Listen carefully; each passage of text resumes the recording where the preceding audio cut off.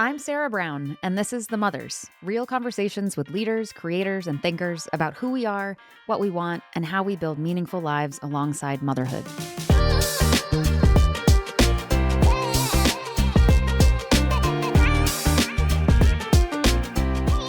Hi, everyone. I'm recording this at the end of January, a month that has not been smooth, to say the least. My heart is with Minnesota. My heart is with the families being pulled apart, and with everyone living in the U.S. that is afraid to go outside because they look, to my mind, exactly what it looks like to be an American. They're proof of America, but apparently current leadership disagrees. I don't have answers, and you all don't tune in necessarily to talk, quote, politics. Though where politics ends and parenting, let alone building the life you want, begins, I'm not sure. But you do tune in because you're a person of action who believes in finding better ways. In our episode description, you'll find links to 2 organizations doing important work in Minnesota. One that has aggregated top local organizations for you to choose from, standwithminnesota.com, and one that collects donations and deploys them to where there's the greatest need in service of targeted immigrant communities in Minneapolis and Minnesota broadly. The Immigrant Rapid Response Fund as part of the Women's Foundation of Minnesota. Thank you for considering a donation. Now, a hard pivot, but there's a tender bridge. With rose-colored glasses, I've seen Minnesota come together in the face of hate. It's something Boston had to do after the marathon bombings, and this us versus them attitude, which sometimes perilous, is a core part of Boston. It's why we are Boston strong, like Minnesota. Part of that pride comes from our deep affinity for Boston traditions. Boston sports, of course. Boston not being New York, and Boston being Boston. On some level, one of the more Boston things going on in Boston is those wackadoodle big metal boats on wheels that you see driving around downtown and eventually floating along the Charles River. Or maybe more famously, they're the boats you see our beloved athletes laughing in after winning the Super Bowl or the World Series. Those are the magical product of Boston Duck Tours. And did you know a mother is at the helm? Cindy Brown, no relation, has been there from the very beginning, more than 30 years ago. Now CEO, she joined in 1994 when she took a leap out of a career in finance to give tourism a try. Because sometimes, why the hell not? A few things to listen for in this interview. 1. In a world that pushes bigger, more scale fast, Cindy resists.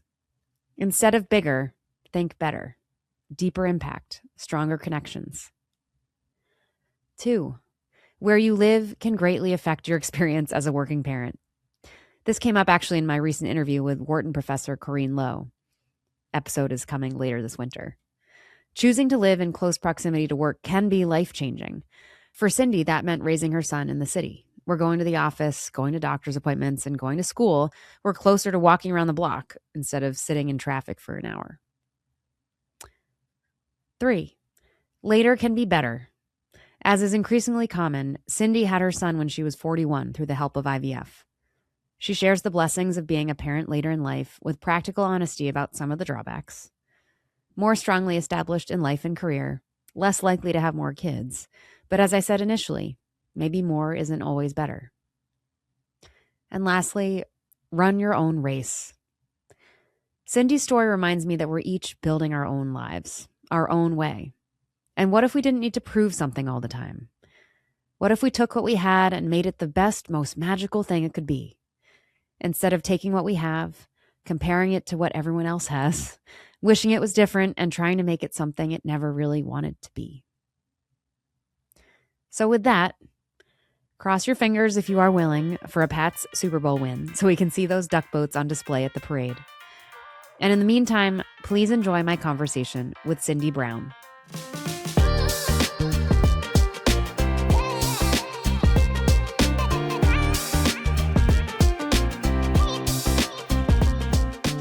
Cindy, thank you for jumping on this thing that you're like, I don't know what this, I feel like Lauren probably was. I love these connections and introductions, and I like appreciate anyone that's like, sure, I'm game to like go on a podcast and talk about this stuff without a lot of context. So I appreciate I appreciate that you're willing, and Of it'll be worth course. it and fun and easy. No, Um, I had lunch with Lauren a couple weeks ago, and we were talking about it, and, I feel like oh, some of good. my best friendships and partnerships and connections have come so randomly that, you don't plan them, but you click with someone, and it ends up leading to, like, some great relationships, so I'm game for Yeah. anything. Oh, good. Rockstar. I appreciate it.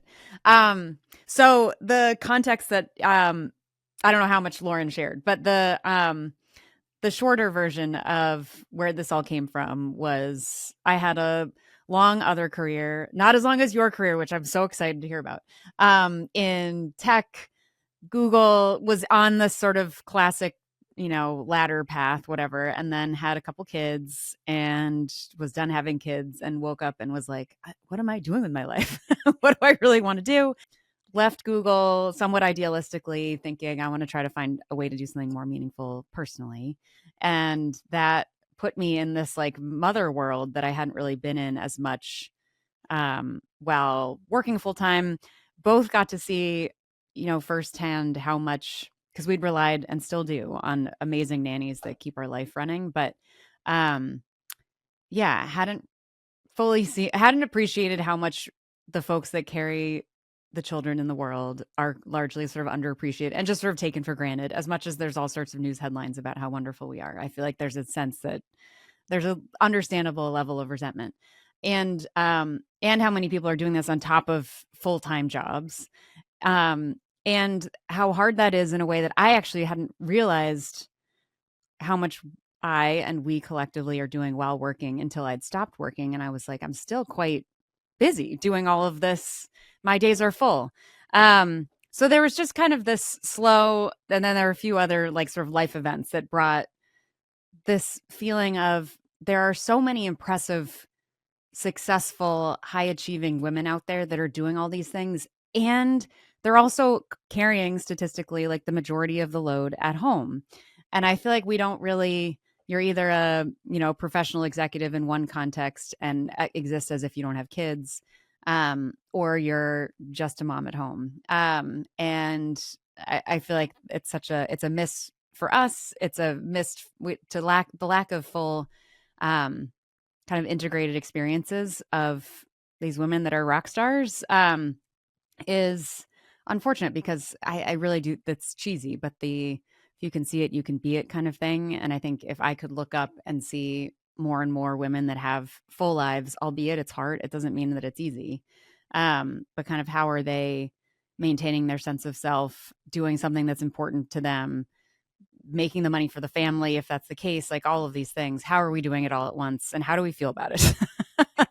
um, so it's been a nice excuse to go out and meet a lot of impressive people, and ask them questions about, how have they discovered what they wanted to do professionally, and how has that changed or not as kids came on the scene, and what do they think about trying to have it all, and do they feel like has their identity kind of deepened through this process, or have they kind of lost themselves? And I'm sure it's, many phases. But anyway, that's kind of the nature of these conversations where it's somewhat tongue in cheek called the mothers, when in fact it's kind of like these are actually, yes, these are mothers, but let's get the full picture of who these people are. These are full humans that go beyond their mother identity.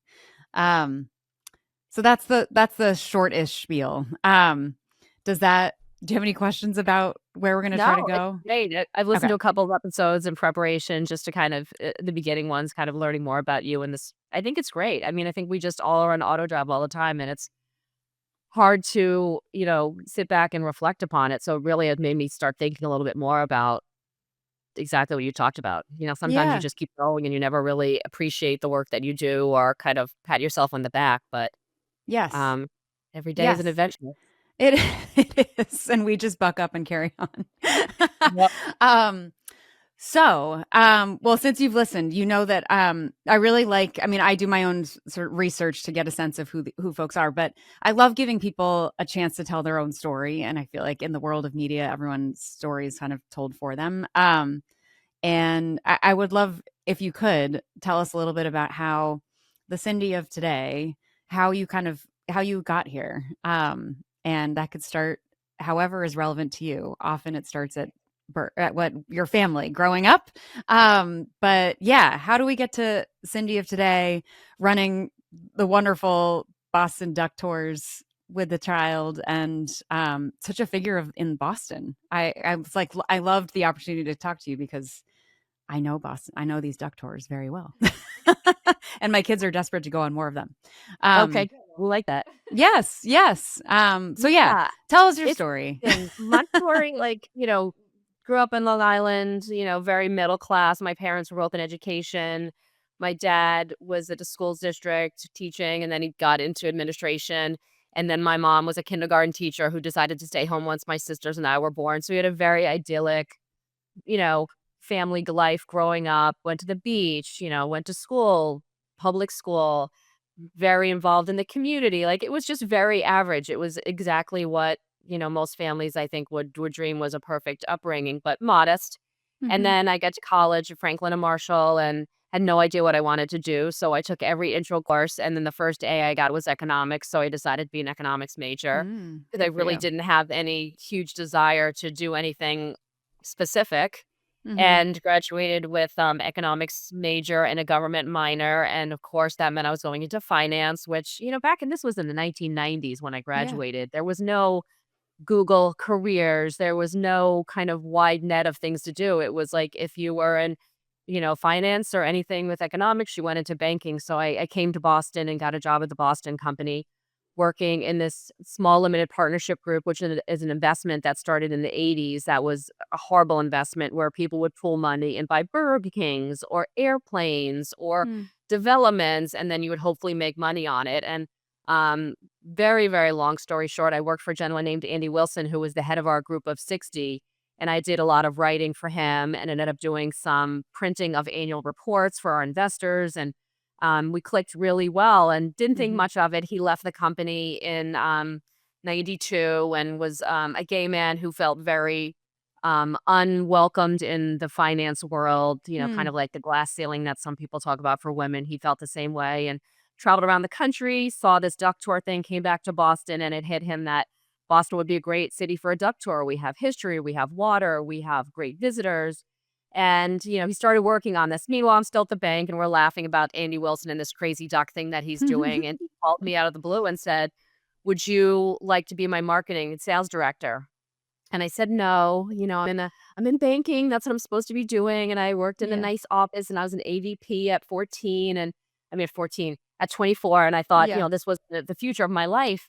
And he said, "Just have lunch." So a 2-hour lunch turned into a great conversation about how fun work can be. And we can go to work in t-shirt and shorts and we can do whatever we want. And, you're young enough to do this, huge leap of faith. So I decided to quit my job. It was about 8 months after that. He said, "I'll let you know when I get my last permits, Mhm. and I'll give you a call." And he called me about a week after I'd gotten married and said, "Give your notice. We're doing this." And I started working in September of 1994.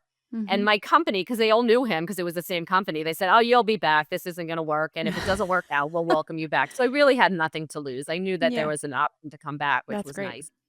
And it took off really quickly. We spent 2 months, opened on October and November, which are the slow tourist months in Boston for our season, and actually found a lot of success then. And then when we opened the following April, it was kind of through the roof. So it took off very quickly and the job became much more cumbersome. And then we started growing and adding ducks and adding employees. We started with 4 ducks and 15 employees. And now we're up to 28 ducks and about 200 employees during our peak season. So Amazing. we never ever thought it would be what it is now. But clearly a great decision. I never thought work could be so much fun, but Yeah. it's been a long road. It's been 31 years of Yes. high highs and low lows, and we've kind of gotten where we are today with a lot of work from a lot of amazing people. Yeah, yeah. I also many questions about it, but one is that I feel like the message that I received through my career was not that it's over, but that was you don't really see examples of people that stay somewhere for a long period of time. Almost that it's a risk to stay somewhere longer than 3 to 5 years. Um I'm curious, like, how have you do you think about that, or does every day feel new anyway? I know the company has gone through different evolutions and has grown and expanded different ways and taken on different Yeah. things, but What do you Well, it's make of interesting. that? I'm a lot older than you, obviously, but when I started working, people did stay at the company forever. And, Yeah. people, whether you were a teacher, you stayed at the school, whether you were a bank, you stayed there and you just kind of moved up and that's what it was. And I think at some point, maybe it was like the early 2000s, I think people learned that if you jump from job to job to job, you're going to get, promotions and more money. And I think one Mhm. of the pitfalls companies had just not intentionally had, but people that stayed kind of had this, small jumps, jumps, jumps. Whereas if you went to another company, you'd go from here to there. And I think, the rise in opportunities of changing jobs and getting new things was not how I was brought up or not how it was when I was originally working at the Boston Mhm. company. I think a lot of the people I worked with probably worked their entire career there. Mhm. So I started to see a lot of people jumping around. But, for me, when I started working at Boston Duck Tours, I obviously loved it and we were finding great success, but I was also able to increase my role. So I went from, marketing and sales director to general manager when our founder wanted to take a step back. And then in 1999, he and his boyfriend had left Boston and they were out on the West Coast and Mm. kind of living their best life, trying to, get away from Boston. And he called Yeah. us one day. I had three other partners that were like, we were the senior leaders. And Andy said, I'm out in California. I'm with Scott. I'm going to, I want to stay out here. I'm going to sell the company to you, through you for if you want to, are you interested? And we kind of our jaws were on the ground. So it was like on a telephone call. Like there was no Zoom. There was Yeah, nothing yeah, back yeah, then. yeah. And, we were like, "Okay," and he very generously helped us through the buyout and, helped us finance part of it, and we took over his portion of the company. So, like I said earlier, I worked in limited partnerships where there's a general partner that runs the company and limited partners put money in. That's how Boston Duck Tours was formed. So we have about Mhm. 40 investors that put money in, but we own the general partner, some Mm. of my partners and I, and we control the actual working and the day-to-day of the business. So we bought him out of his ownership percentage in the general partner. And, then I took over kind of running the company in totality. And, I have great partners that, one guy would sell the garage, the mechanics. I have no knowledge of that. I have no idea what to do. So he loved what he did. He was great at it. One guy in operations, he wanted to deal with the drivers and the staff and the hours and the schedules. He was great at that. And then another woman did like computers and accounting. So we all kind of had different roles and we all loved what we did and we all hated what each other did. So there was never any power struggle to like take my job or like, why do you get to have dinner with the mayor? Or Mhm. why are you talking to the governor? Or Yeah. why do you get to travel? They wanted no part of it. So we had a really good team leadership. I ultimately was the CEO, but we worked more as a four-person team. And Mhm. it made staying easier because I didn't have to carry everything. I didn't have to know everything, but we all basically ran our sections of the company well enough that we melded together and it made it for an enjoyable long, Yeah. 31 years of staying at the same company, which as you said is really rare these days. Yeah, yeah. No, it's amazing. And you had a kid along the way, if I'm correct. How did that how where when did that happen along in the 30-year tenure? So I ended up getting divorced from my first husband, and it was a very amicable divorce as much as Mhm. one can be, and we both Yeah. found new partners. And I never was sure that I wanted to be a mom. And then Mm. when I got not even remarried, I was with my now husband Colin, and we thought about having a kid and started the process. Of course, then I was like 39, Mhm. and a lot of those eggs that dried up, so I had to go through pretty intense IVF. Yeah. One round didn't work, the second one did, ended up getting pregnant, and, as I was 6 months pregnant, we decided to get married. Kind of not Nice. necessarily in that order, but once I decided I wanted a child, it was, like, full on, and being in Boston, I lived in Beacon Hill, right near Mass General, spent a lot of time just walking down the hill, doing the blood work, getting the tests, the Yeah. process was really easy and affordable because Massachusetts is great for healthcare and Mm. proximity, and thankfully had, my son Colton, in not 19, 2009, and, we went back actually after that to say, like, "Do you wanna have more kids?" And we met with the doctor, and they were like, "Well, now you're 41, you'd be 42 when you have them. We're gonna, like, triple your meds and, like, pump in, like, 15 embryos." Like, it was, like, so overwhelming that I was Mm. like, "I might want a second child, but I don't want double, triple," Yeah. like, I knew it was a big risk thing, so we ended up stopping at 1, but, it's been I think probably every mom says this, the greatest part of my life and my career is being a mom. As much as I'm proud of my CEO accomplishments and my business accomplishments. Being a mom was the hardest, most rewarding thing that I've ever done. Yeah, yeah. We just put out an interview with a woman named Ruthie Ackerman. She's Brooklyn, New York based author, writer, journalist, and she just put out a book called The Mother Code that's all about her kind of her experience going from I don't want to have kids to I don't know if I maybe I do, I don't know. Divorce happened, and in that divorce was sort of some related a little bit less clear at the time, I think she would say, to maybe secretly wanting to have kids. Um, and eventually it took her, a long time to realize that she really did want to have a child. And she ended up having her first kid, was very difficult to make it happen, but had her child when she was 43.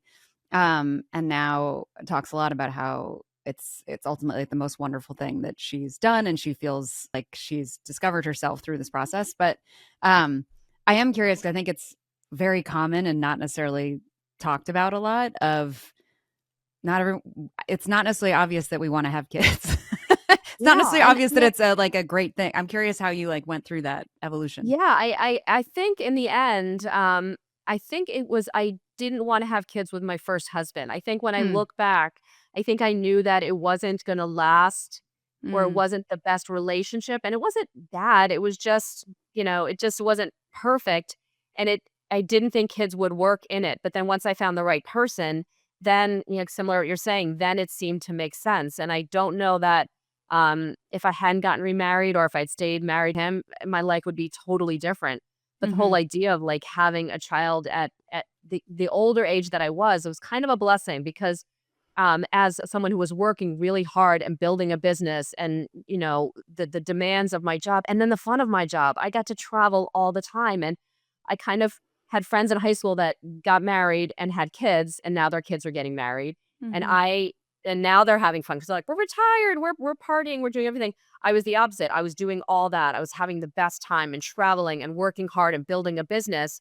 And then, having a child at 41, mhm, now I'm the old mom in the room, and I bring a lot of different perspectives to motherhood because I've had a whole career and I've had all these experiences. Then I'm a different mom than I would have been if I was 25 or mhm. 26, and I've not to say one's better or worse. I just think I'm a Totally. better mom because I had gone through all that and I had had all my fun and I had traveled and done all the stuff that I wanted to do before I really needed to settle down and be more present as a home figure than a business leader. And it's obviously it's a balance all the time. But for me, being an older mom worked. And I think it's funny when some people say like, "God, you're the old mom in the class." I'm like, "Yeah, I am. Maybe I can help in certain ways. Maybe you should Wouldn't you help be? in Yes, certain ways." totally. Yes, that's very much what she was saying. Ruthie was saying too. Is she's like actually aside from it being difficult to have for it to happen, she's like it's actually awesome because you're on the other side. So many of us are trying to build careers and have kids, which is inevitably disruptive and hard. But to be able to have a child once you already kind of have this foundation of a career, there's so much you're not trying to like establish yourself in all these different ways. I'm still And shocked that science hasn't figured out how to make this easier. Yeah, well, I mean, science is amazing. I mean, listen, if it wasn't for MGH and IVF, I probably I wouldn't have my son. And Hmm. I think, we talk a lot about like women not being in leading roles and CEOs and the lack of it. And I think a lot of it is, women that are kind of on their upward swing and then they have the kids and then they have to Hmm. make that difficult decision. Do I want to work 15 hours a day or do I want to be home? And I don't necessarily think it's that women aren't asked to be leaders, aren't smart enough to be leaders, don't have the opportunities to be leaders. It's like we have to make those tough decisions to say, will I be at the office forever? Will I travel, 5 days a week while I have a kid at home? And I think our hearts as moms and our like intuitive life skills and kind of how we were evolved through the years is to be a nurturer and to be home. Hmm. And I can't imagine like I miss my son when I'm gone for 3 days, but it's a good balance. But if I was trying to be a parent back when I was, 30, it would have been a Hmm. much different struggle. So, I think women just, sometimes make that choice to stay home, and it's great. And then, like you said, then they try to enter the field later, and you miss that CEO opportunity, or you miss that leadership opportunity, or you come back and you're thinking, I have better opportunities because I'm a different kind of person. So, I always wonder, like, is do men have that struggle of I'm on this path and now I have a kid, Do I have Mhm. to make a choice? And I think more often than not, they don't necessarily have to make the choice that we have to make because of the traditional roles of family and how mothers' hearts works. Yes. I would love to know the definitive answer to that, 'cause my impression is that men, and I'm not, who's to say that they're happier this way, but there is I've always sensed that, to, like, horribly generalize, a man's life is a much more, like, has the potential to be a much more linear experience of, you go from A to B and nothing really needs to interfere. Whereas I think for a woman, our life is inherently a experience of kind of accommodating. Even just, like, getting your period and your when you're a teenager, like, all these things that sort of happen to you. And early on, you kind of take some sort of a disposition where you have to, yeah, accommodate and tolerate other things. And not to say that having a child is about accommodating and tolerating, but there is a way that, even just biologically, hormonally, like, the experience a woman has, once they have a child, compounded by often where they might be in their career path and what their income might be relative to their partner. Like, there are all these then there's sort of societal things that come in and kind of influence that choice to potentially take on the lead parent role, when the partner could, the spouse could also, but it makes more sense in certain ways for um the mom to do it. But Right. it's And we want to be the best mom, right? So, like, I was class parent in daycare. I mm, was class parent in elementary school. I was, on the board at my son's school in Boston at Kingsley mhm, Montessori. And, I was chair of the board. And it's like I always wanted to be present at the school and volunteer and raise money and do the bake sale, like all that yeah, stuff. So, like, even now my son's football team, like, he's got a mhm, football game this weekend for the championship. And I'm like, I'm going to get 100 cookies with the Tabor logo on it and yeah, footballs, and, like, way crazy that I'm even thinking about that, but I'm like, "How can I make his mm, day of hopefully their team winning the ISL championship better?" And maybe because I had these awesome cookies, like, that's how my mind thinks, like, I could've gone to, yeah, like, the supermarket and bought a tray of cookies, but I'm like, "How can I make it better, and how can I be a more, present parent when oh, I've missed a bunch of things?" I missed all of parent weekend because I was traveling in Montana, and my husband did the teacher mm, conferences and went to the football game, and, it broke my heart that I missed that stuff, but I had to make the decision. So when I'm there and when I can be there, how can I be there in the most helpful way that makes his school better, his experience better, me knowing what's going on at the school so I can contribute in whatever way I can. And I think it's kind of the perfectionist of a lot of moms and successful business women is you want to be the best business person. You work really hard, but you also want to be the most accomplished mom and the most present mom and contribute everything that you can. And, as we always talk about, it's a tough balancing act yeah, to try to do both of those at the same time. yeah. Does it feel good to you to to deliver on that level as a mother? Or is it motivated by, I don't know, guilt, or, yeah, trying to make up for something? Or you actually enjoy the way you're talking about it? You sound like Well, you actually I really know, it's enjoy the crazy. I love cookies. it. I love doing stuff like that. Like, I Yeah. love giving back. I love spending time at the school. Like, I feel like schools are built by parents that spend their time. It's that 80-20, Yeah. 20% of the parents do 80% of the volunteering. Like, I believe that to make the school better, you have to be part of it. And Mhm. anytime I could be in school, I mean, as older, it's different, with my child and see him in his, atmosphere with friends and teachers. Like, I love that. Mhm. I've gotten to the point in my career, which is really interesting. Like, the day to day is not part of my purview anymore. I have an amazing general Mm. manager who takes that level of stress away from me. So I would say, like, right now, I'm able to concentrate on home life and being a mom for the next 2.5 years till my son hopefully goes to college. Mhm. But I do philanthropy, I do community, I do industry, I do politics, I do all the soft stuff that I think helps build the character of Boston Duck Tours. Yeah. But it's where my heart is. My heart is, like, giving back to our industry that's given me so much and giving back to the city that we make our living off of and giving back to causes that are near and dear to our company. We give back to clean water, education, and veterans. So I spend time on boards and raising money for them. And, the politics of Boston and Massachusetts, like, it's a big deal. So it takes time to network and go to things. Um, so I'm where I am in my career right now, where I'm doing what I love and what I'm really good at. I think if I was 31 years into, like, "Where's your name badge? Why did you call in sick? Mhm. Why was that duck late?" Like, I would not probably be sane at this point, but I've been able to create an atmosphere at our company and in a hierarchy where I can pass off a lot of the day-to-day stuff that I've been dealing with for years and that I don't necessarily think I'm the best at, and really do the things that I love doing that help elevate the exposure of Boston Duck Tours and our reputation in the city and in the state and in the country, for different boards that I serve on. Yeah, yeah.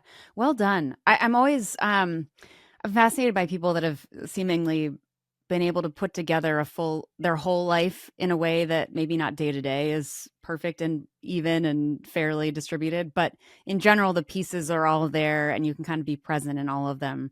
And I know it's not something that happens overnight, but I'm curious, like if you go back to when you were 20 something at the bank and Andy was like, "Hey, try this duck thing." Like, was there any how far in the future were you thinking at that point? Or were you thinking about and I think second question is like, how did you along the way kind of put this together so that it created a life where you could feel happily full as opposed to overwhelmed? Because I'm sure it's like in stages. I don't think we ever thought that the company would be what it is today. And not in a Mhm. million years did I think that we would be carrying world championship teams through the streets of Boston, Mhm. all 4 sports teams in Boston. I didn't think that we'd be as big as we are. We grew from, each year, and then we grew out of the aquarium, so we moved to the Prudential Center, and then we grew out of that, and we moved to the Museum of Science, then we grew out of that, and we moved back to the aquarium, and now we have all these different departure locations. So I think the vision of the company was never to be as big and as successful as we are. But I've also kind of been able to part of the reason I think that I was able to do a lot was I lived in Boston. I walked to work every day. I lived in the South End. I'd walk to Copley, which is, a 5-minute walk. My son's school was 5 minutes from there. I could run to school for a board meeting and then get back to the Mhm. office. Like our world of like everything. His dentist was on the walk to school. His orthodontist was on Newbury. Like I made sure Mhm. that everything we did was compact. So someone would say, "Oh, this is awesome, orthodontist in Brookline." I was like, "Brookline? I never go to Brookline. That's half an hour Yeah. drive." Like, I Mhm. tried to make it easy to do everything, so time wasn't spent commuting. Now I moved out of Boston, I live in South Dartmouth, and my commute can be an hour and a Mm. half, 2 hours, 2.5 hours. So my life is very different now. I could never have had the life that I had back then if I was spending 2 or 3 hours to 4 hours in the car every day. So scheduling my life and scheduling what was how could I get to school every day for everything I needed to? How can I be at the office for everything I need to do? Like, as the CEO, I can make decisions to say, "You know what? I'm gonna stay home, take my son to school today, come back, do this podcast in the quiet of my home, and then Mhm. go in." But, like, 1 for 3 events that I have tonight that will have me out till 10 p.m., having fun Mm. with friends Mhm. and celebrating. So, I'm in a unique position where it can be as loose as I need it to be at this point, but back when it really was more work and serious, like, I was 5 minutes from my office. When anything was important, I could be there at the drop of a hat, and now I have a lot more of a luxurious life of I'm there when I need to be, but I also can work from home, I can travel, I can play with my Yeah. hours, avoid traffic. I normally leave at 4:45 in the morning to get to work Mm. to beat traffic, and I get Yep. there at 6:15, and then I leave by 2. That's amazing. Wow. Yes. I do the work from home life of COVID, which I know was obviously not an easy time for tourism and duck tours, but you survived, and I'd love to hear more about it. But the commute is kind of a career killer for some mothers, because for this reason, where it's just ideally we can all walk in walking distance to our office, and that becomes convenient, and so that the commuting doesn't become so disruptive. But I think um, you did a nice job living in the right place when you needed to. And I also um, have a very great partner who, my husband who he's a furniture maker and he's preservation carpenter. Like mm, his schedule can be flexible too. So, like today, and I'm like, I'm gonna stay over in Boston.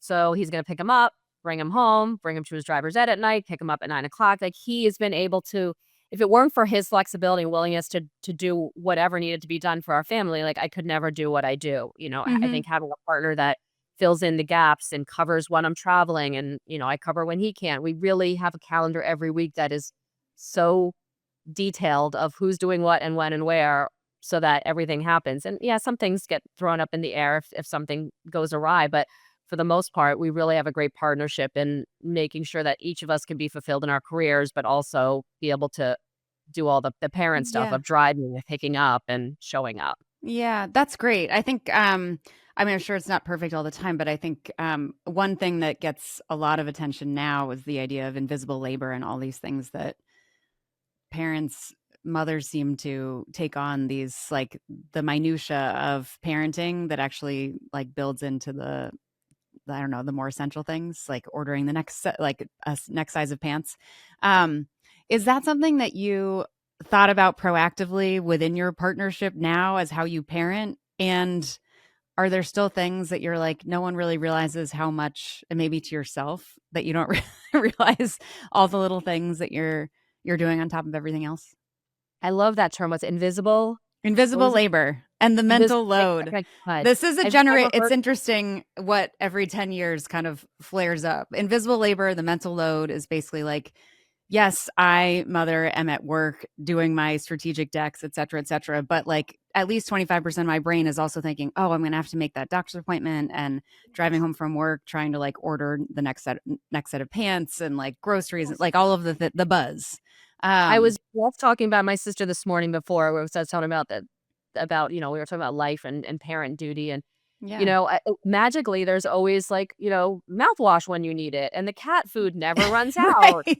And Yes. you're right, the next size pants, and, like, my husband came down, and I was, like, frantic one morning, and he's like, "What's the matter? Like, what is wrong with you?" And I was like, "They stopped doing driver's ed online.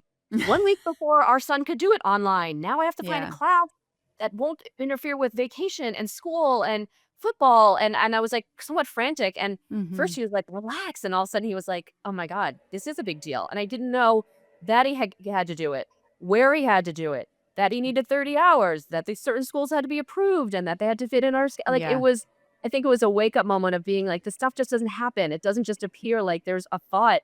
I heard an analogy once that, like, mom's minds, it's like an internet page with, like, 1,400 tabs Yes, open all at the tabs once. open. Exactly. Like, Yes. you're thinking like, I've got to order the food, and I've got to make sure we have dinner reservation, and I've gotta make sure that the football cookies are there on Saturday morning for their football Yes. game. But I think I'm also like a control freak, perfectionist by my own doing, that I take on probably a lot more than I should, and I think sometimes it's easier to do it myself, do it the way I Mhm. want it, than to ask someone else to do it. So I think I'm a little bit of my own worst enemy in that regard. Like, my husband's always like, "Well, tell me what to do. Tell me what you need help with, and I'll do it." But I know if he went food shopping, it wouldn't be up to my standards, which is Yes. Yes. ridiculous. But I'm like, "You know what? I do what I can do it the best that I can. I know what I can ask him to do. I know what he likes to do, and, it works out most of the time." But yeah, that invisible labor is something that I think until you don't have the ability to do it, or there's a gap when you Yeah. realize, "Wow, there's a lot of stuff that happens that I don't know about," and, thanks for doing it because the house runs. Yeah, totally. Are you no one that we've ever talked to on this podcast has been able to talk about easily say that they are great at asking for help, accepting help, like knowing how to like leverage help. Um, I feel like a lot of the people I end up talking to also turn out to be like the oldest child in their family. And I don't know if that's true of you, but I do think there's like a birth order situation where the oldest feels for everything that you just said, which is Yeah. I don't even know if I could, I don't know how to ask for it. It's like not even worth asking because that's too much time. I'm like, they'll probably mess it up anyway. So I'll just do it myself.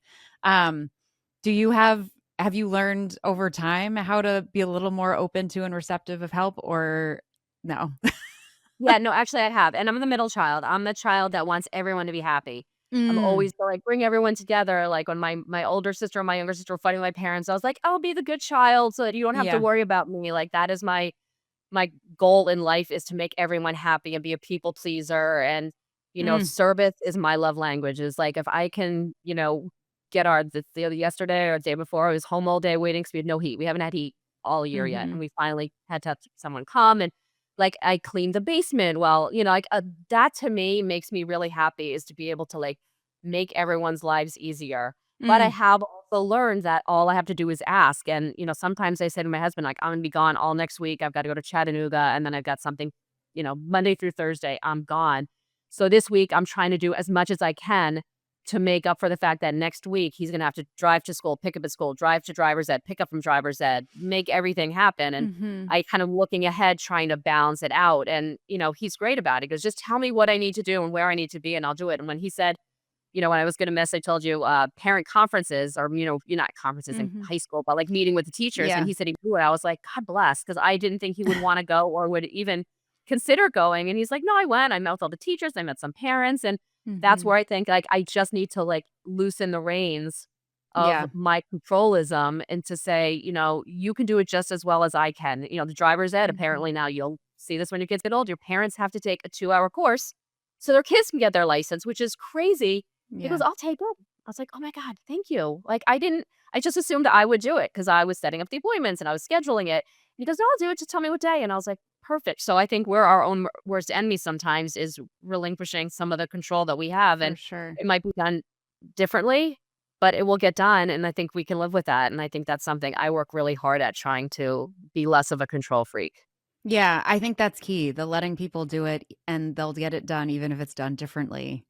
Key in parenting and in managing in a business, but yes, giving that flexibility, it's so true.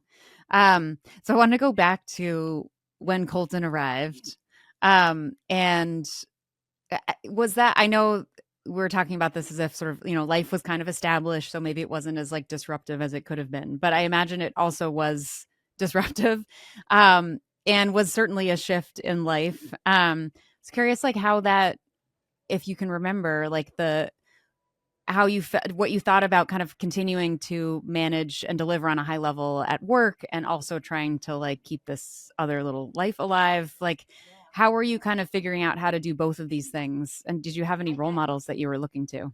Yeah, it's I don't know, maybe this is hard, you bone on his lot. I thought it was really worked out really easily for us. Like, Mm, again, we were, like, all in this one little nest in Boston. Our company has always been a 4-day a week work company, so I've always had mm. Fridays off. So, Oh, we knew we were gonna do amazing. Everyone daycare should go right work for before. you.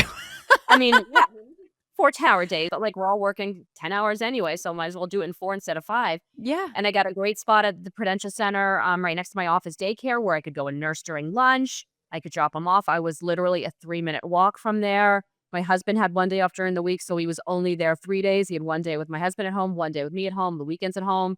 He was the easiest child, like, never Hmm. had problems, never had a tantrum, never had terrible 2s or 3s or 4s, and just I think only children, it's different. Like, they get all of your attention.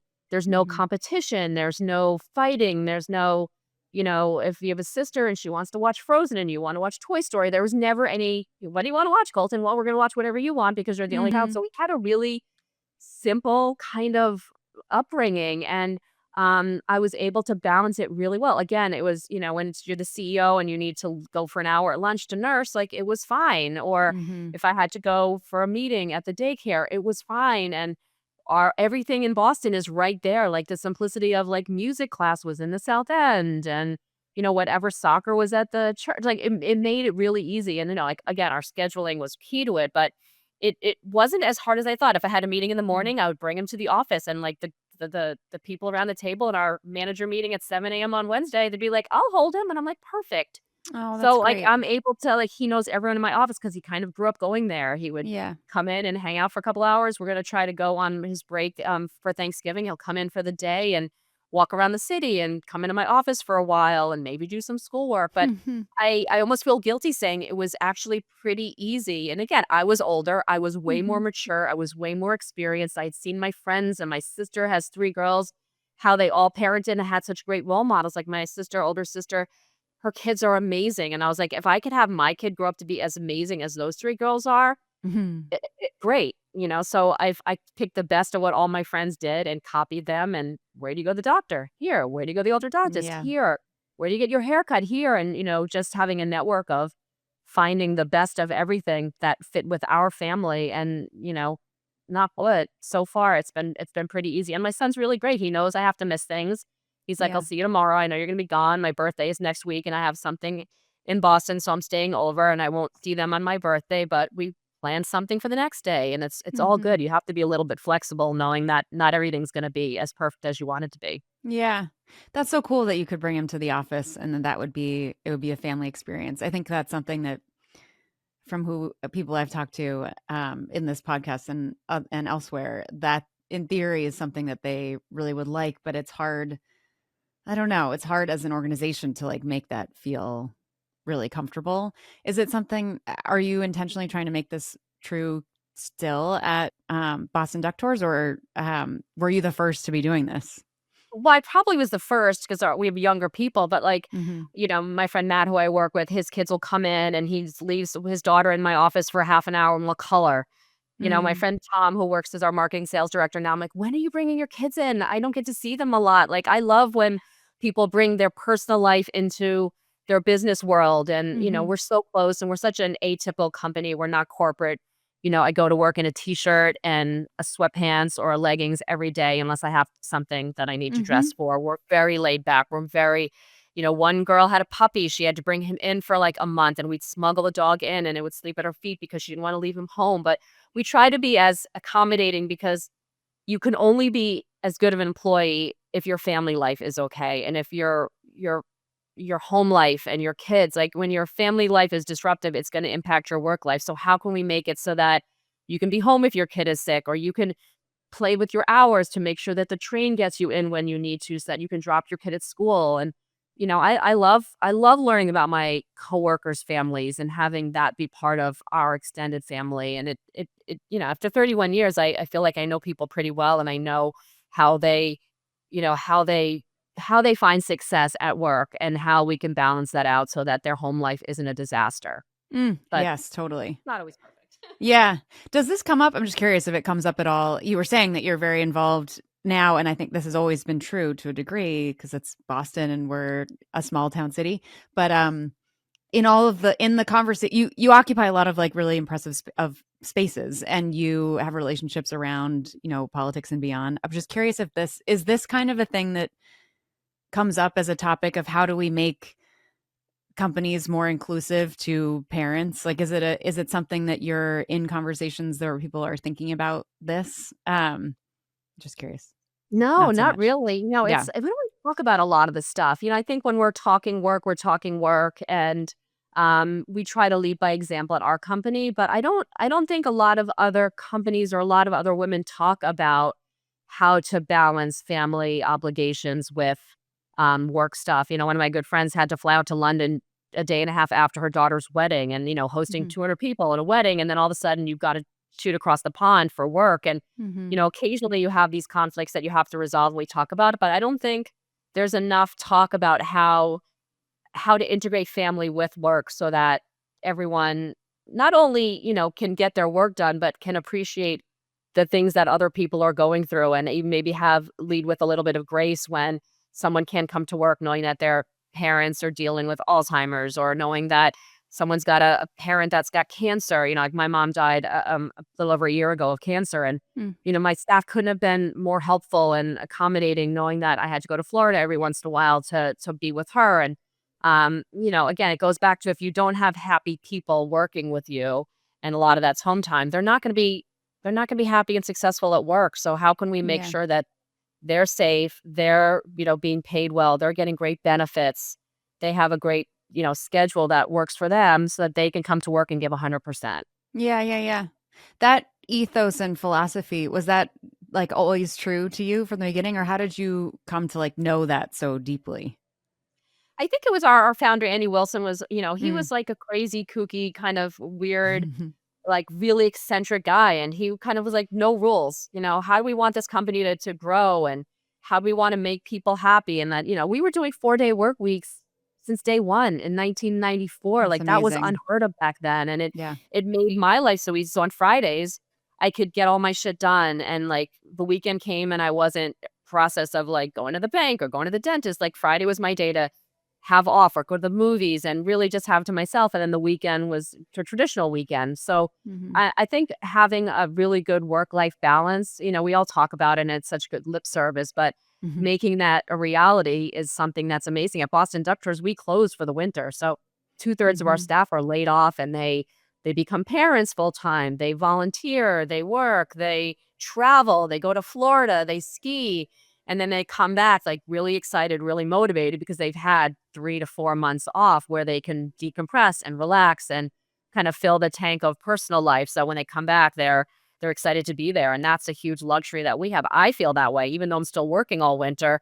I don't have guest issues. I don't have employee issues. It's really just our senior leadership and our mechanics working to get the company ready to come back. But it's a much different experience having, 20 Hmm. people in the office instead of 200 employees running around. And it's something we look forward to after 8 months of really hard work. We can take a little bit of a breather and kind of get ready for the following year without the pressure of the day to day. Yeah, it's so civilized. I feel like everyone now talks about burnout and all of that is real. And I think because work seems inescapable and there's just and in some ways it's just, oh, it's consistent and the same. I think this seasonality approach, I'm sure in some ways in different industries, there are challenges that it presents, but also it is this sort of, you can be on and then you get a break to recover.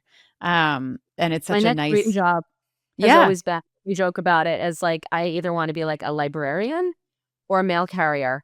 Like Mhm. something that like has a start time and an end time and you're like talking to people and there's no pressure and you don't have to work on your weekends. Like, I work 7 days a week. I have for 31 years. As long as email's there, you're working and you're checking things or you're getting phone calls or you open an email and you're like, oh my God, now I gotta think about work. And I Yeah. love the idea of having a 5 o'clock end time where you don't have to think about anything until Monday morning or whatever it is. Yes. You Totally. know, Totally. all work every day, and I'm sure, again, on the weekends, it's more skewed towards family, but I'm still watching my emails, and sometimes I have work events, a lot of times I travel on the weekends, and it becomes a Mhm. 7-day-a-week job, and my dream is to not have the back of my head saying, "There's emails waiting for you. Just look at them." Yes. Yes. Yes. So it sounds like you're not periodically regretting that you left the bank. You know what? I literally never looked back. I mean, Yeah. there's nothing I think that I would have gain from that I didn't get tenfold working in tourism and hospitality in an amazing city like Boston, an amazing industry with really cool people, everyone from mechanics to, guest service people and our drivers, our narrators, our man, like everyone is really different. We always call ourselves the land of misfit toys. There are people that I Mhm. never would have known or never would have been able to spend time with that I really have a great appreciation for how different types of people bring their talents to make something really amazing. And, it's a lot of stuff that I never would have experienced if I just was in a very bank corporate, I was gonna say 9 to 5, nothing's 9 to 5 anymore, Yeah, but yeah, yeah, very right. structured business world. So I'm Totally. really lucky. I've had such great opportunities and the company's had such great success. We've had a lot of challenges, whether it's COVID or other things, but Mhm. we've really fought through and I'm really proud of, the company we've built and the staff that we have and like our mark on the city. Yeah, yeah. Do you ever feel stressed about doing more and being like, "Ugh, okay, we've like established this in Boston. Should I be thinking about like scaling this and making this more of a franchise operation or how whatever model?" Do you ever get Yeah. feel pressured to do that or It, no? Yeah. we worked for a while in possibly opening in Philly. That's the closest we got Mm, to doing it. And we talked about, we went there, we met with certain people, and at the end, we decided not to do it, and I think it was the right decision, partly because Boston was so busy and we were still in growth mode, and it was still taking 100% of our time, so giving up more time for another city would have been really tough, but I also really believe to be successful in a business, you need to live in that community. mm, If we were trying to run a business from Boston that is located in Philly, I wouldn't be able to go to, fundraisers for the politicians. I wouldn't be able to be part of the community. I wouldn't be able yeah. to serve on the boards. Being part of the fabric of Boston, I'm on the Back Bay Association board, which deals with business issues in Back Bay, and Meet Boston, which does tourism stuff, and the convention center that oversees all three convention centers in the state. Like that gives me opportunity to give back, but also to network and to learn and to partner.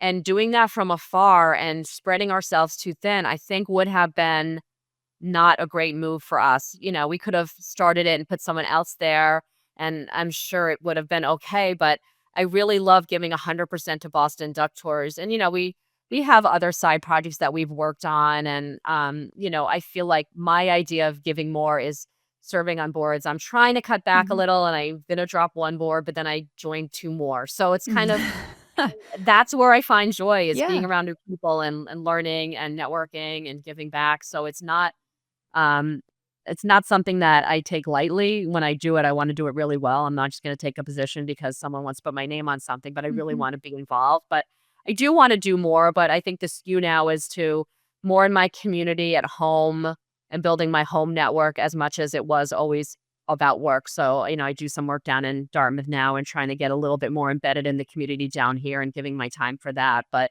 it's more Mhm. for pleasure. It's, the yacht club with, some friends and it's, pickleball and it's gardening and stuff down here. Yeah. But I think, as I'm 50, I think I'm like 57 in a couple days or Mm. 56, 58, somewhere around there. Yeah. I'm kind of coming towards the end of my career. So I'm trying to like start to balance a little bit more towards home and personal than always doing stuff at work. And again, I have great people around me that cover for all the day-to-day stuff so I can spend more time with family until my son goes to school and then I have to Yeah. rediscover myself again. Yeah, right, exactly. I know that'll be a new era. Yeah, I love the answer because coming out of tech, the only thing that mattered was scale.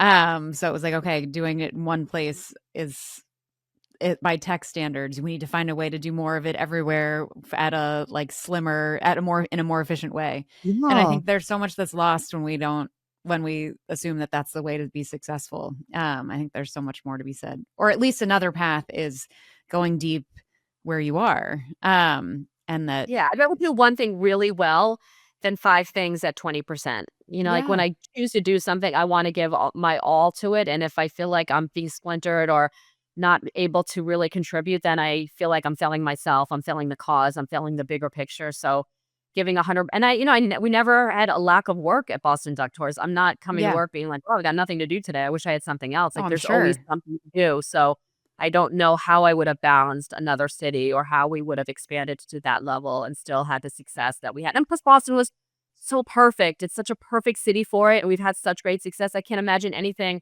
that would live up to that level. And it would be such a letdown to be like, oh, we have 3 ducks in Philly and, 28 in Boston. Like, it's hard to find the city as perfect as Boston for what we do. Mhm. So, like, why not just spend our time making this amazing and, let someone else try a different city?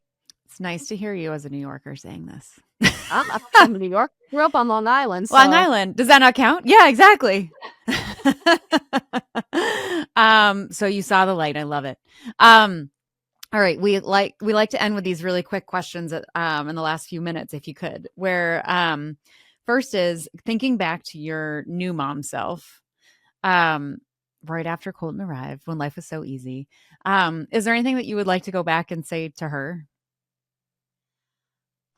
You know, this is not really a huge criticism myself, but I feel like my son was a little bit tentative and shy, and I think we didn't really push him. And like Mm. right now, he loves sports. He's like, "Why didn't you have me playing football when I was 3?" And I was like, "We Mhm. tried, and you hated everything." And like, "Why? He loves the Celtics and basketball." He's like, Mm. "I took you to basketball for 3 days, and you hated it." I kind of wish that we had, pushed him a little bit harder and things that maybe he didn't like doing from day 1, Mm. and that he would, fight through. Like, no one wants to fail at anything, and I think kids in particular, if they try something they don't like it, they don't wanna do it again, but I feel like we should have maybe pushed him a little bit harder to suffer through. We're doing a baseball, he's out in the field, like, looking at butterflies instead of playing, like, he Mhm. loves sports now, and he wishes he was a stronger athlete and started sooner, but I said, "We tried every sport, and you just didn't really like it," and I think we just let him not do it instead of pushing him a Yeah. little bit harder, so I think we just acquiesced a little bit when maybe we should have pushed a little bit harder. I mean, listen, he's Mm. a great kid. I would never change anything dramatically, but it was almost too easy to just say, "All right, if you don't wanna go, we're not gonna go. I'm not gonna, like, make you go to basketball when you don't enjoy it." And, maybe in hindsight, I should have pushed him a little bit harder, but, Yeah. It's that's not if that's my worst problem, I really can't complain. I think, I like I said, know. we really had a pretty easy upbringing and living in the little bubble that we lived in Boston that I wouldn't change that much. Yeah, ugh, you did it right. I'm jealous. We had our first kid when we were living in the it was like right on the line of Back Bay South End, like St. Botolph Street, and it was such a dream. And we were right by like Titus Sparrow Park, and I like I it was life was easier. I totally agree in many ways. And now we're out in Newton, which has its benefits, but also it's not as convenient or as fun. Like the life isn't We as had quite as so many buzzy. friends that left. Yeah, after the second kid, they were out, or the I third kid know it's what you out, do. and, Yes, and yes. I get why. I mean, education and yards and all that stuff, and, God, we spent days at Titus and Peters Mhm. Park, Clarendon, like, it was Yes. a great way to grow up, but Yes. again, we had the luxury of one kid with an older. I was older, my husband's Mhm. a lot younger than me, but, it was a different thing. I think if I probably had kids younger, I woulda had more, and we woulda probably left as well, but one of the greatest things was bringing up him in the city until the end of 6th grade. I mean, he'd walk home from school from Back Bay to South End, Mhm. and I don't know, what 6th So grade, good. is that, like, 11, 12 years old? And people are like, "You let him Yeah. walk through the city by himself," and I was like, "He's walked this route for 9 years, he can make it." I'm sure did he also walk through the mall, through the Peru? Yes, yeah, Yeah, or even it's through so the streets, and if it was dark, it yes. was like, Text me when you're home," or, like, we'd see the alarm go off that he's in the house, and, a Mhm. lot of people thought that was crazy, but it was, like, growing up in the city, like, he had such a different upbringing of, Yeah, some of it was bad. You walk through a scary area and there's people shooting up, and we're like, "Well, that's people that have right. addiction problems or homeless, whatever," and Mhm. he understood it, and he got used to it, and it wasn't a scary thing, but he's had the luxury of growing up in the city, and it makes you a different kid, Mhm. Not to say it's not great growing up in the suburbs too, but it was a really fun way for him to grow up, is having Yeah. the independence and confidence to go through the city. Oh, I'm sure. So speaking of Colton, actually, our last question is usually whether if Colton might listen to this one day, is there anything that you would like to say to him? I first of all, I thank God every day for him. He is part of the Mhm. reason why I'm so happy in life, and I am so fulfilled and so joyous and so appreciative. Like, I think he makes me such a better person. He makes me want to be a better person every day. I thank him for being so kind and so calm and so easy and so helpful. Like, he tucks me in at night. Mm. Like, I go to bed 8:30, he comes in, turns out my lights, says goodnight, closes the door. Like, he is the most genuinely kind, easy kid I've ever seen. So I Mm. thank him for bringing such joy into my life, and the ability for us to have such a great family, and know that, I look at him and say, like, I did something right because of how wonderful he is, and I just hope that he appreciates that, we love him so much, and that he'll have, every opportunity in life if he goes for it. Like, Mm. he's a really easy kid, and I hope that he feels the love that we have for him, and he knows that, all that we do and all the work that I've done for so many years and the things that I've missed have been to give him a better life and opportunities and the luxuries of the life that we live. I love Yeah, it. I couldn't be happier in my life. I just feel like a lot of things have lined up really well for me, and I've had the opportunities of great, motherhood experiences, great work experiences, great community, friends. Like, it's life is so good. I have to remind myself on those bad days that the bad times are so minuscule and the good times are so much better. And if I just can always focus on that, then, we can get through anything. Oh, good job, Cindy. Yes. Good wisdom. Thank you. But I mean, it could change tomorrow. I could wake up tomorrow and the kids in detention for missing class and failing, with a Oh, man. No, that's right now, awesome.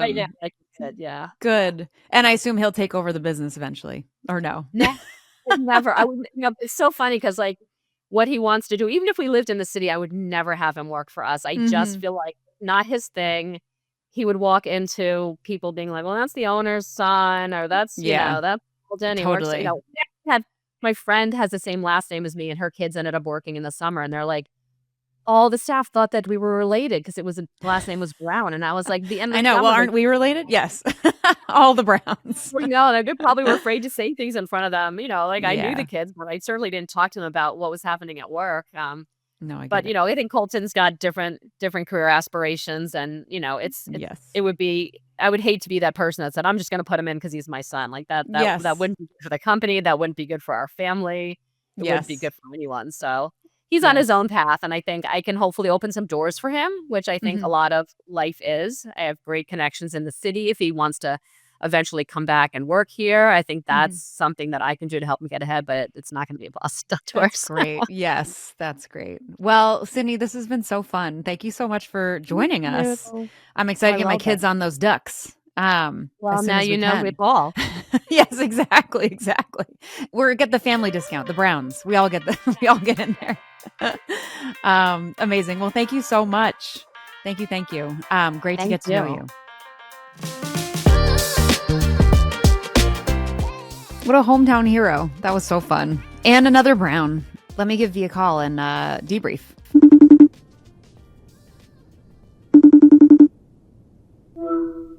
Hello. Have I reached Yoo-hoo. Veronica? It's me, Veronica. Your assistant Whoa. passed me along to you. I'm so glad. I wish.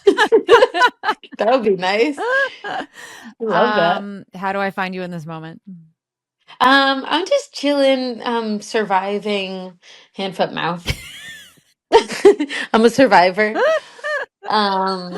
It's making, just like a little obstacle. It was just like everything was just like too easy as of late. So it's good to have a little bit of like, Yeah, the back to back little to back obstacle. illnesses for sure. For Mm-hmm. sure. Mm-hmm. I can't Yeah. even say this out loud and everyone listening that has children will be like, do not say these things out loud. But it's been Oh a no. relatively healthy compare. It gets better each year that Yep. your child is alive. Like the consistency of illness. Now that our youngest is 4, oldest is 11, middle is 9. Look at that. That was a quick mental That was refresh. Mental good. refresh. Interesting order, but I go know. I off. was doing like bookends. I don't know what I was trying to say. Now they aren't as ill all the time so That far. is Of great course, to now I'm saying know. this, we're gonna get fucked, but Yeah. currently No, no, no.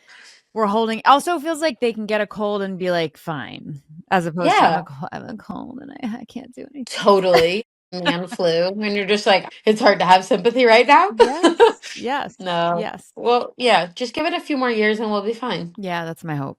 I It'll love be great. just a few more years. How many years do we need? Thank you. Oh, well, I But tell me just what's up. got off the phone with Lady Cindy Brown, who is not actually a relative of mine. I was There's gonna so many say, Browns, but Cindy is the like essentially I don't know if she's officially co-founder, but she's been running Boston Duck Tours, like the yes, iconic duck like cars of since yes. for the last 30 plus years. She left a job in banking when she was 20 something out of F&M, which I should have told her. My sister-in-law went at Oh, Franklin and Marshall. And on a whim, she's like, this wonderful gay guy that I worked for at this bank that I was working at before, Andy, went to start, like, had some exposure to the idea of a duck tour, like, offering. And he thought Boston would be a great city for it. And so he kind of went to get it going and then recruited her over. And she's been there ever since and is now CEO. She's been, I don't know, the CEO for a long time now. But so it's I love that. yes, That is so fun. yes, yes. How cool. Okay. And she's living like a very stabilized she's living a life where I'm like, this sounds so nice. Why do I make my life so hard? I might be She doing too much. yeah, well, just the like I don't know if there's a way to say this without any sense of like I don't know. I don't have the language to describe it, but what I'm feeling is okay. She's been at the same job for 30 years and feels Hmm. great about it, and has Yeah. like rose up the ranks in certain ways. She's now obviously CEO, running the whole thing. Has Oh, great control over her own life. She has a great team who's like accommodating of her life. She's moved into a place where she's not dealing with the day to day of the business, and so yeah. her and it was just I was like, wow, to just because I told her this and there she's 50 something obviously I'm 40 something and so there's Yeah. generationally this difference in I feel like my Yep. career the career advice I was indirectly told was basically you shouldn't stay anywhere for very long. Yep. Yep. And it's just both that she has this singular employer essentially that is now she is the employer of herself but and also she has one kid who is a great apparently great easy child and had that one kid when she was quote older very Hmm. early 40s and is like has her life in control and she had this kid while Mm, they were living downtown and so everything was like very accessible so it made life relatively sure. easy um to go to work and be at all the other things like everything existed within I don't know seemingly a 5 block radius Yep. and I was like why am I overcomplicating things with all these Mm, needs to like jump to all these other places, have 1,000 children? Like, what are we doing? that's so Um, interesting, that concept of the generational expectation of like career, job.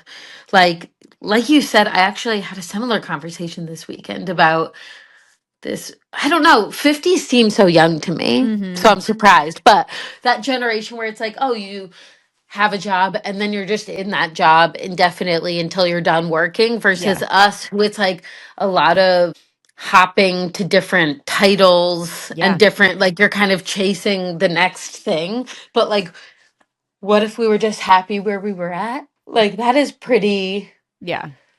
Yeah. I don't know. I mean, there are definitely situations where you get like laid up. Like I think the For sure, for treatment sure. of employees for long periods of time is different. Like the Yep, nature of the workplace is a little not everywhere has shifted to the yep, expectation is not to stay necessarily, or you get laid off, or you're kind of expendable. There's some industries yep, where I feel like the law profession kind of like you could just sure. stay.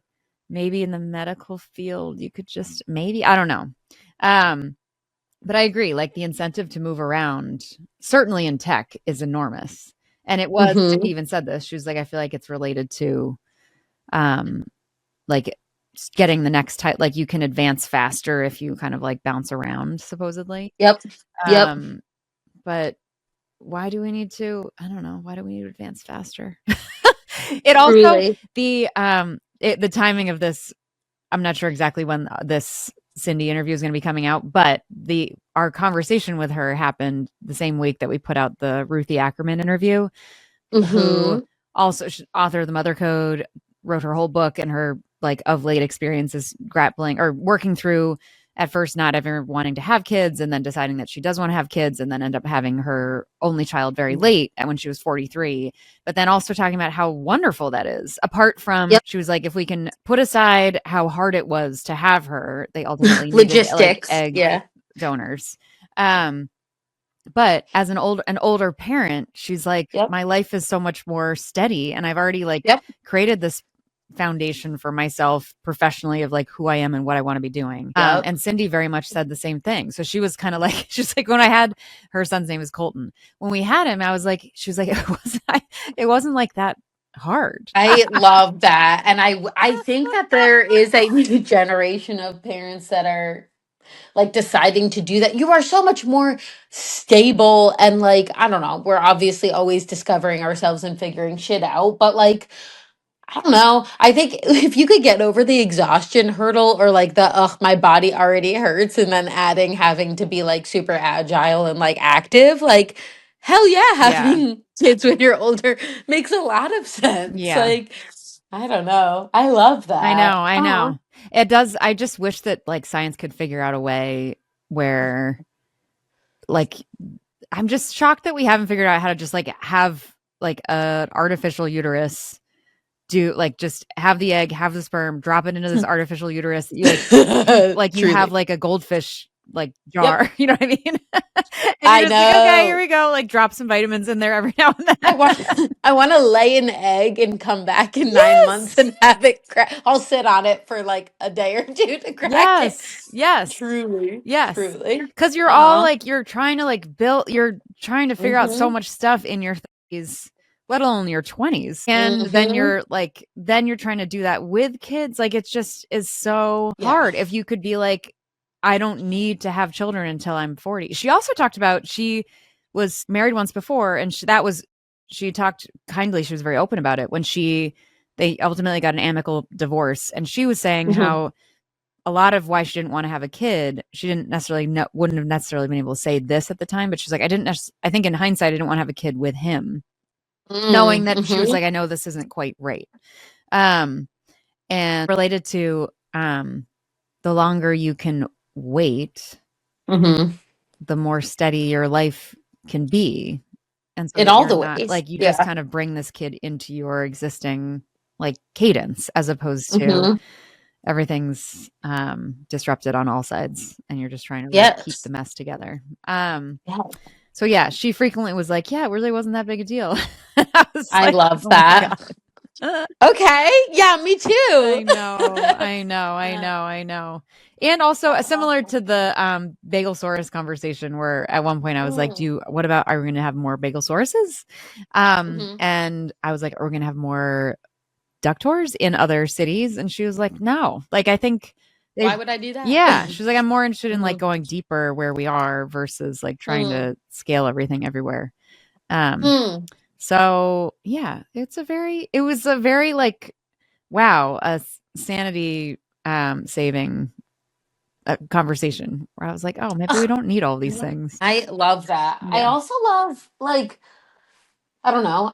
I am sure that there are so many things that I'm not, like, components I am not thinking of when it comes to a business, of like the logistical, like finances and employers and insurance and whatever. But like, that is probably a very feel good job and business to be in. People are happy to be around you and doing those things and going on duck tours. And it's like, I don't know, like to be able to share a place that you love with, people who live there and people who are visiting. I don't know, like Yeah. it's a cool job to have, which also like makes a difference in your general happiness and energy level. The stakes are different than with another. Not saying it's easier, because you're trading hards for other hards, but I have a feeling that that's like a big contributing factor, is like, I don't know, there's a lot of joy in your day today and Yes. like a lot of fun. Yeah, she talked many times about how fun it is. She's like, and also like just the within the company, and then the kind of the nature of the work, where it's just like there's a lot Hmm. of joy and it's not so serious in a certain way. Like Yeah. she's like, I go to Yeah. work in like sweatpants and leggings like all the time. Like Get it, everyone girl. brings their dogs. She also talked about when she had her child, like brought the child to work and like handed him Oh, off to other people. Like very I love everyone was kind of that. like participating in each other's lives. It did make me be like, wow, everyone should go work for Boston Duck Tours because Anyway, it are you sounds hiring? pretty great. Yes. Oh, and also they have a 4-day work week. They always have. What? Yes, they work 10 hours a day, which is generally what anyone's doing anyway, but just 4 Uh-huh. days a week. And then they're closed in the winter from an operational standpoint. But so I What was the like, this hell? sounds pretty nice.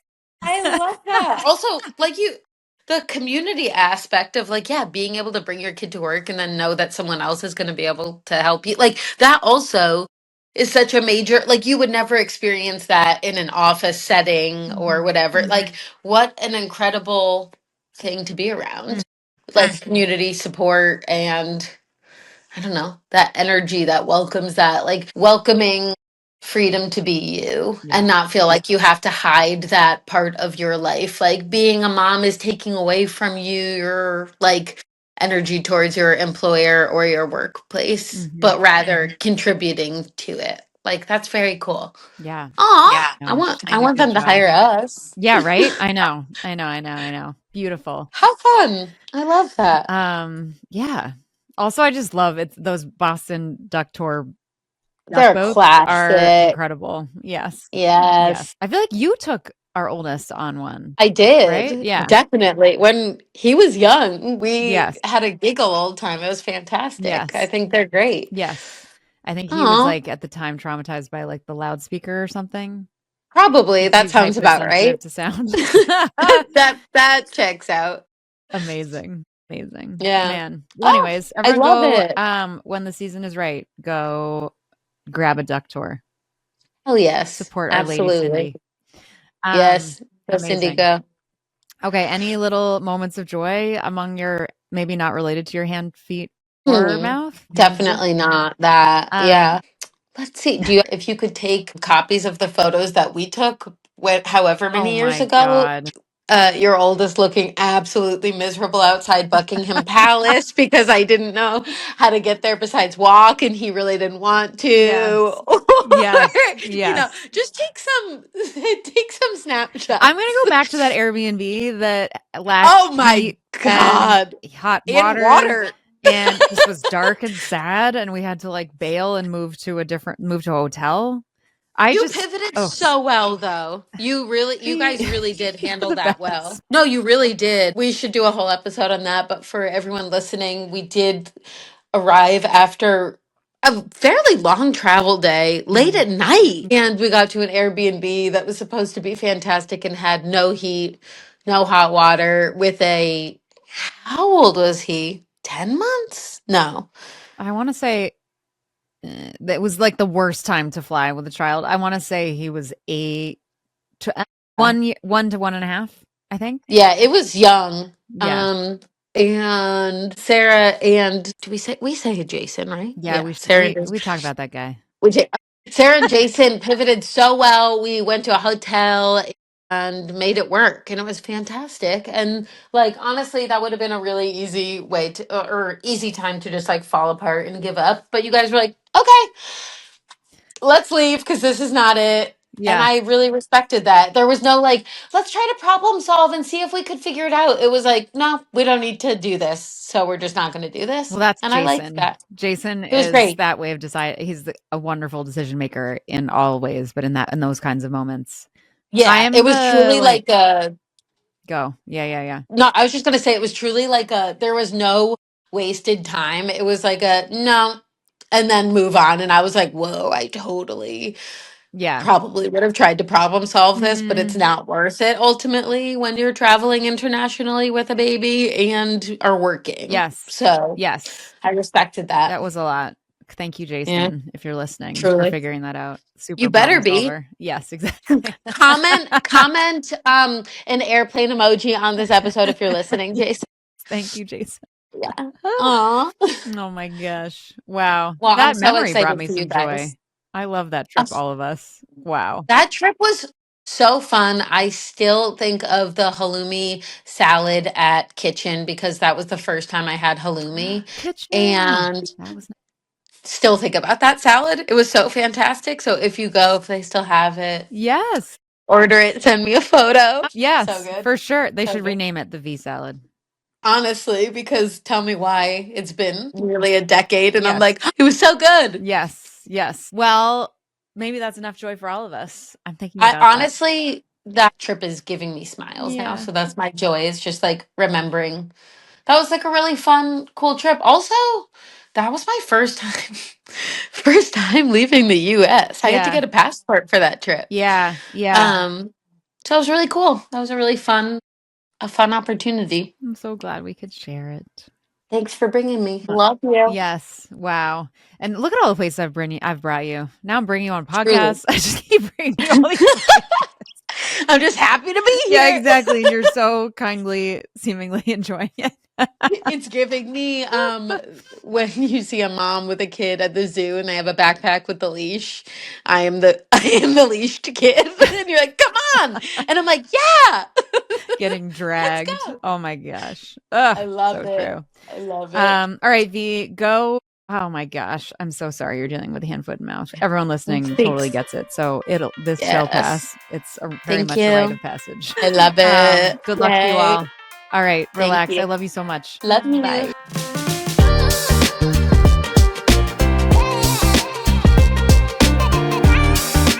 Thank you so much for joining us.